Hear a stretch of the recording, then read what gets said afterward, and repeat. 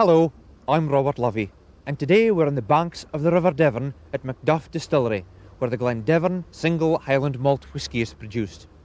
Later we will be visiting the harbours at Macduff and Banff at the mouth of the river, Duff House and the picturesque Bridge of Alva, a mile or two upstream from here. Whether you are Scottish or not, all over the world, blood is stirred by the sound of the pipes and drums. So let's go across the river now to Duff House and see the pipers and drummers of the Turriff and District Pipe Band, led by Pipe Major Bill Hepburn. Duff House was designed by the famous architect William Adam in 1735 for William Duff, who later became the first Earl of Fife.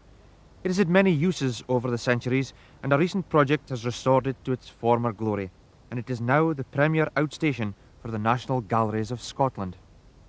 Against this magnificent backdrop, Turriff and District Pipe Band will play one of the most popular tunes of recent years, Highland Cathedral, followed by another new tune, Sandy's New Chanter, composed by Pipe Major Tom McAllister Jr.